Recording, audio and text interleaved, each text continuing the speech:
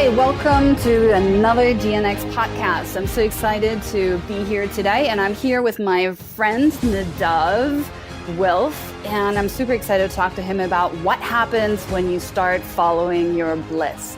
So Nadav, tell us a little bit about you and sort of what you do, where you came from, and why it is that you insist on following your bliss. All of it. All right, cool. Well, hey, everybody. It's great to be here virtually with you. I am actually physically sitting here in Tulum, Mexico. I just spent about a month and a half in Costa Rica and Nicaragua and just arrived here in Tulum yesterday.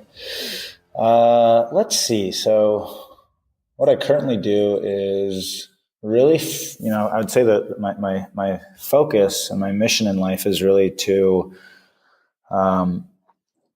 be aligned, feel good, and create my success from that place and help other people do the same thing. And I do that through passive income creation and investing. So I invest in real estate. We have a company called the Malo Institute. We buy and operate retreat centers and invest in cryptocurrency. I invest in renewable energy.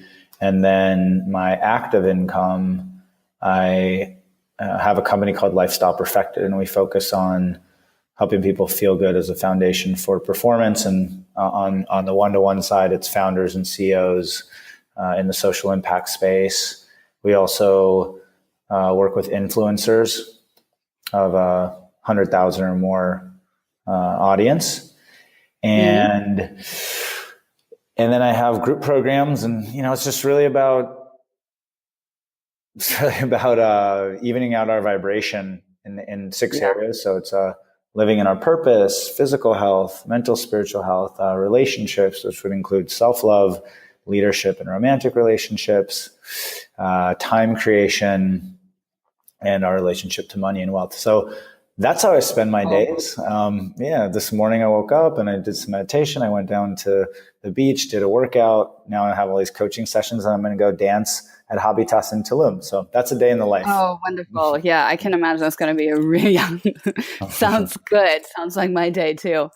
Tell me, how did you end up doing what you do today? I mean, what was sort of like was there a specific moment in your life where you decided something needs to change? Yeah, there was actually. I mean, I've always been an entrepreneur since I think I was about 8 years old. I was a Cub Scout selling peanuttles, as a fundraiser. And I remember that I was selling them, and then it got dark and I kept going door to door. And the next thing I know, I got picked up by a neighbor, and they're like, we're looking for you everywhere. The neighborhood is searching for you. And, I kind of realized, okay, like I'm a hustler, right? Like if I got the whole neighborhood searching for me, I'm a hustler, and I'm 8 years old. So that was kind of the first moment I realized I was an entrepreneur. I started building companies at about the age of 20. I built and sold a few of them. I failed one in my early 20s. And really the pivotal moment in my life, and I actually call it a passion pivot, because I know us in the startup world, we have that terminology of the pivot, where you kind of, realize maybe product market fit is somewhere else, and you change direction. And in this case, I call it, you can call it passion market fit, right? And totally. and so I sold the companies, and then I was like, cool, like I got money, I got a penthouse, I got a nice car. I was, didn't have money before that. And I did about 2 years of just having a blast. We owned a city guide in San Diego. We had access to all the clubs, all the restaurants, spas, like every event, like any music festival and stuff like that. And about 2 years later, I was standing on my balcony, and I was looking out over, we were on the 28th floor. You could see Mexico, the Coronados, the San Diego Airport, SeaWorld, La Jolla, Mount Soledad. And I just realized I was happy, but I wasn't fulfilled. Right? Yeah. And Yeah, that, I that know was, I that really, feeling. yeah, I really had that moment of just like, wow, okay, like I'm not going to be a jerk about it. Like life is great, but I wasn't fulfilled. And that's at the moment I would just call that my real awakening moment. I mean, I was awake before for all intents and purposes, but that was really the moment that I kind of said, okay, I am going to live a different life now. Right. I'm going to, and I wasn't hard on myself about the life I was living. I was just more focused on, um, what I wanted to do. And I went into this whole discovery. And so, yeah, I'll stop there because I could go on and on, but, No, I mean, I find it totally fascinating. So I'm sure other people do too. So I'm just curious. So when you hit that point, right, and you're just like, I don't want to do this anymore. How did you know what to do next? um, I didn't really, and that's what I think is beautiful. I didn't know exactly what to do next. I kind of knew how I wanted to feel, and things just unfolded, right? So I knew I wanted to contribute. I knew I wanted to um, make a difference for people. I knew I wanted to feel fulfilled, and that's something I would just want to underscore for the listeners here. It's not always about knowing what you want to do. If you're not sure what you want to do, then focusing on how we want to feel is going to guide us there. It's a first step. And if you do know what you want to do, but you're not feeling good on the way there, that's another reason to focus on how you want to feel, right? Yeah. And and that's essentially what I knew. And so things just started unfolding. Like my friend invited me to come to lunch with him that week, and then he told me about this personal development course called the Landmark Forum that now I've done 10 of their courses, and I'm trained as a leader there, and I do a lot of different companies, a lot of different courses. So I don't stick to any just one, but that one was a game changer for me. And basically what happened was I have a BS in psychology. Doesn't sound for bullshit, stands for Bachelor of Science. But I but I could be a little bit bullshit. But I was stuck in places, even though I was I'd sold my company for over $1 million, even though from the outside, it all looked super successful. I was stuck in certain areas of self-expression and self-love and all these things. And basically, I did that course. It's a 3-day course. It's landmarkworldwide.com if anybody's interested in it. And within a day, I realized where I was stuck with my parents, and I had a conversation with them. And then, on Monday night, a couple of days after the course, the next day, actually, I went to my business partner who I was living with at the time, and we'd grown up together. We 7 years of business together, 7 years of being roommates. And I just said, I'm not passionate about what we're doing. And it's not fair to you because you're not getting 100% of me. And it's not fair to me because I'm not fully living, my fully expressed life. And Yeah. things just unfolded, and it was just about having the courage to allow what was unfolding to unfold. So we went and we sold the business, and we moved that was like a full, imagine being married to someone and having a business together and going, okay, we're selling the business, we're moving away from each other. It took something, and now we're back together, and we have another business, our investment company, and a lot of stuff we do together. But yeah, it was just very that's really the moment where I started realizing about how things could unfold. And what I can just say about it is that things unfolded in a way that I could never have imagined. And I can, I'll share some more, but I'll stop here now. But that was what was beautiful about it. Was it didn't go as planned. It went even better than I could have even imagined. Yeah. So I always find that, when I let go of things I know no longer serve me, there may be space, right? There may be uncertainty, but that's the only way things can start unfolding in my favor.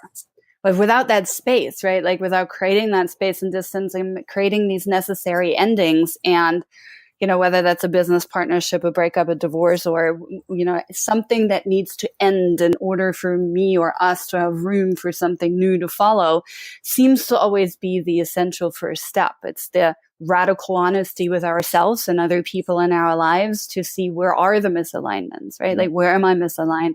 Where can I create change? And where do I have to be really, really radically honest with you and other people where I'm completely inauthentic in my truth? Maybe even acting out of a false sense of obligation in order to be aligned enough to follow your bliss.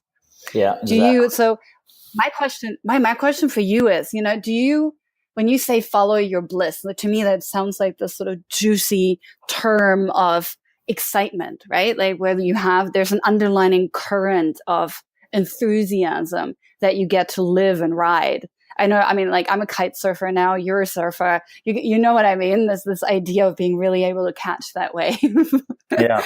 And get that enthusiasm of like, yeah, I made it. I know I'm probably going to fall, and really embracing the idea of failure as a stepping stone to, success or your path. It's not linear, right? Like you're going to wipe out, but it's part of the process, and you can still find bliss and joy in it if you align yourself with that philosophy. What do you think? Yeah, I love it. I think that, here's the way that I like to look at things. It's like, there's a spectrum of following your bliss. Like, there's a spectrum of, it doesn't have to be like my bliss is just like, it's quitting my job and like, coming out of the closet and, finding my amazing gay lover and traveling the world together. Like, please do. Like, if that is you, like, please do that. But it's like, there's a spectrum of it. And it could just be, like, I want to paint more. I'm going to start taking painting classes, or, I'm going to ride my bike more, or I'm going to sing, or I'm going to do open mic. It's like, yeah, I still have the life I'm living, and I'm just going to find some bliss here. I'm going to make some more time for yoga. It's like, there's that all the way to stuff that I, have done, or all of us have done, which is much more drastic. And so that's the first thing I want to say. And what I would, ask anyone who's listening is like, what is a step you could take in the direction of your bliss? Is it calling a girl or a guy that you've been wanting to go on a date with and asking them, right? Is it sharing something with your boss at work? Is it leaving your business, right? And so, I think that that's really important for me. The kind of big bliss moment I had was, I'll share two that really have shifted my life. One was when I went into the social impact space after this moment of being out on the balcony, and I went and started a company, and like I built that company, and it was called enlighten.org, integrating philanthropy into everyday life. And it was just crazy. Like I was like on Necker Island with Richard Branson, like talking to him about investing. And I was, at Vinnie Smith's, house in Cabo, surfing this private, surf break with him, and he's a billionaire, like talking about the company. I was hiking with one of the, owners of, they sold the Wall Street Journal that ended up investing. I was, at dinner with the chairman of Orbitz, raising money from them. And like, I was just like, holy shit, like I'm not, going to Sand Hill Road necessarily and kind of going door to door or just suffering doing investor calls. Like, I'm living my damn life while I'm raising money. Right. And that was very blissful. And so I won't go into the whole story of it, but we raised money, we lost it. I lost a bunch of my money. And in that moment, I basically, I was running the whole business out of my West Hollywood apartment, and we had a big den and interns and all stuff. And I knew we were in financial trouble kind of at the end. And I went to my kitchen and I went to get some food, and I realized all I had was condiments. And I was like, well, I don't think those are going to be so filling. And, startup life makes you hungry. So I just kind of got that it was done, and I didn't have any more money to buy food or pay anyone in my company and all this stuff. Right. Yeah. And, I just, at that moment, I said, what do I want to do? Do I want to come from a place of fear and live that life? Or do I want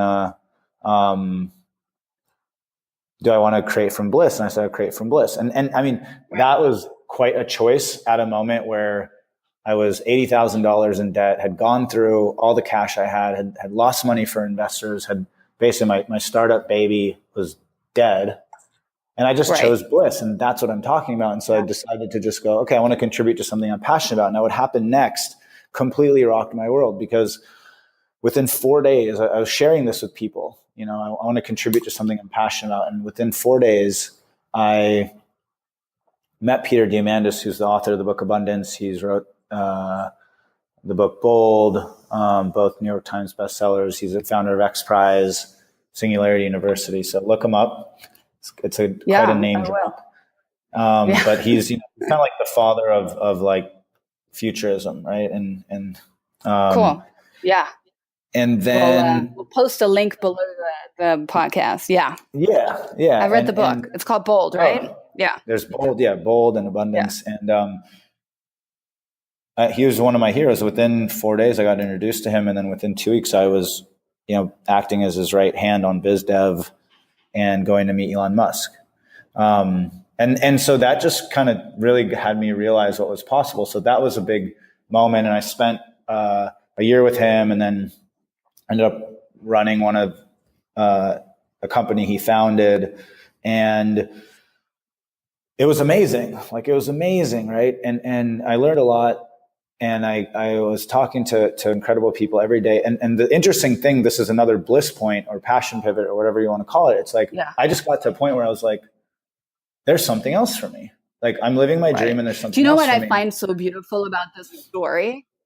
Yeah. Is that there's so many people, and you probably know this too, that are like, I don't have enough money. I have, it's not the right opportunity in my life to do something that's meaningful. I wish I could follow my bliss. It's so easy for you to say that because you have that kind of life. But no, you were in a position where you'd lost all your money. There's really nowhere to go, and you followed your bliss. So if you can do it at that point, and it ends up being a complete journey of alignment, anybody can do it. There's no excuse to let yourself be held back by, so-called conventional false obligations. If there's misalignment, it's really just a shortcut rationale to say, oh, and here's all the reasons why I cannot do what I say I would like to do. Here are all the reasons why I can't follow my heart. Here are all the reasons why I can't, right? Because if you can do it in that situation, it's such a, proof. Like we like to call that in the startup world, right? The proof of concept is right there. If you can do it with 80,000 in debt, nowhere to go, really just, that's the end of the line. Where do you go from there? If you follow your bliss and everything unfolds beautifully, then people that are in a completely different position can do it too. Yeah, exactly. And it's just believing. And then, so what was interesting was, then I was like remote, running the company remote with the one with Peter, and it's called Hero X. And I was laying in my hammock on the beach. I had this cool like outside beach house, and I just said, what do I want to do? I said, what I really want to do. And I had gone to Costa Rica because I'd been living in New York, and I was missing nature, and I went up to Storm King, and I was just open eye meditating, completely sober. Just, I'm saying that because of what happened next, because people always ask me if I was on like, some mushrooms or something. But I was just like watching, and really peaceful. And this frog just sat next to me. It wasn't like facing the other direction. It was facing the same way I was, and it sat right next to me. And I basically started to communicate with it, and it told me that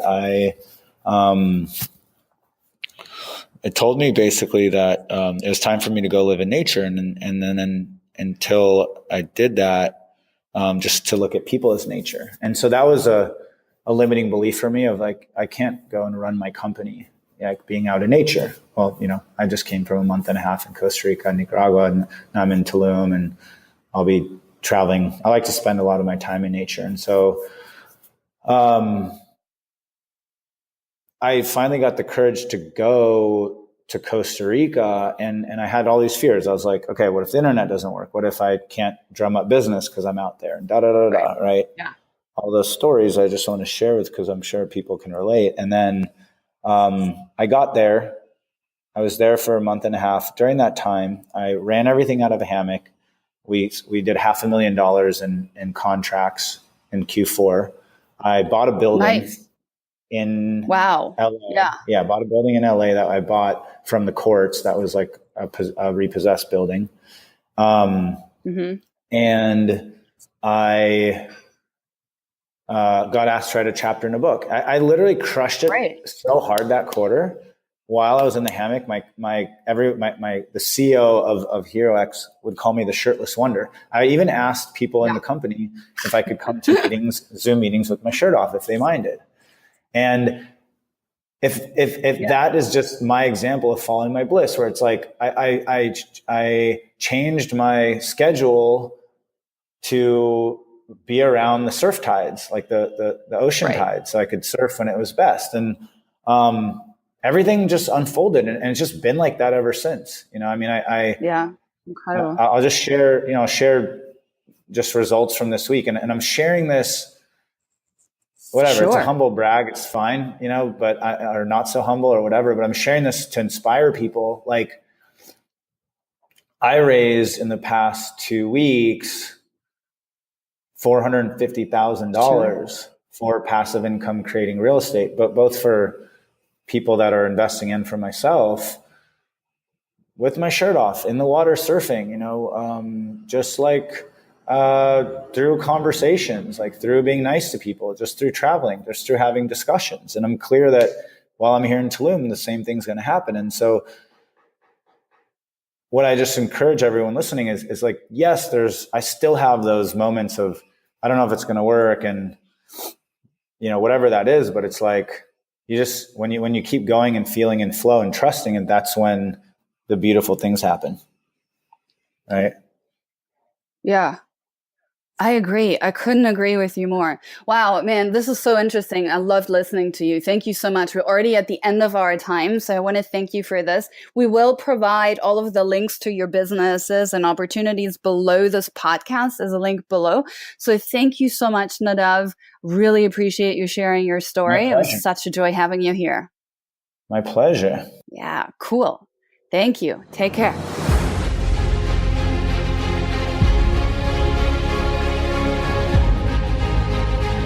That's it for today. Thank you so much for joining us, and thank you for your ongoing support. Before I leave you, I want to invite you into my world. Please go check out dnxcommunity.com. This is where you'll find the other nomads and evaders of convention. We'll see you there. And if you're interested in our English-speaking events, go and check out dnxglobal.com. You'll find the link below this podcast as well. And if you have time, one last favor, please go to iTunes, look for Sylvia Chrisman or look for the DNX podcast and leave a review.